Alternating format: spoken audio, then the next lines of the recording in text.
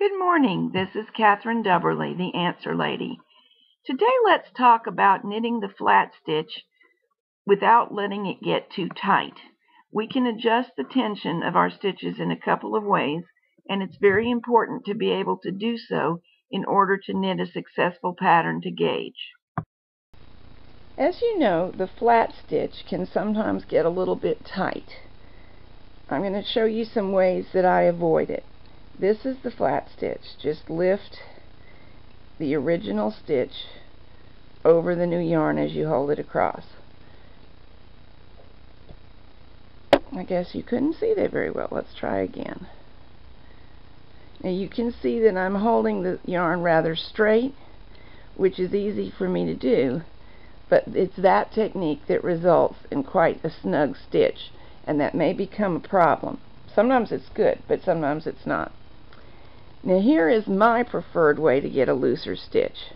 Same position of the yarn, but I'm going to lift my old stitch up and over in a more marked manner. Did you see it pull down and loosen up?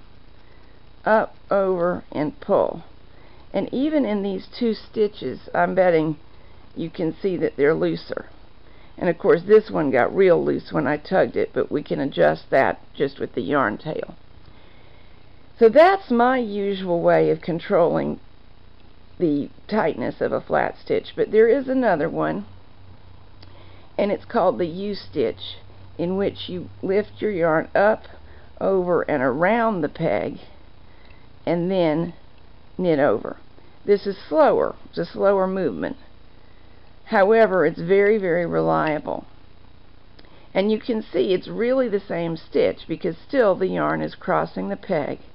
It's just that we're manually elongating the stitch by wrapping it all the way down the side of the peg. So that's the U-stitch. Or here's my just exaggerated flat stitch. The difference in the movement is really how I'm using my tool to lift up, over, and pull down before I release. It's very important that you learn to do one of these for some patterns to get the gauge. One of them is my fabulous felted booties pattern.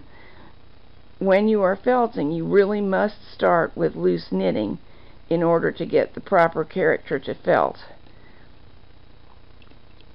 So this is how I do it, and that's how I did it for all of my samples. But a perfectly acceptable alternative is the U-stitch.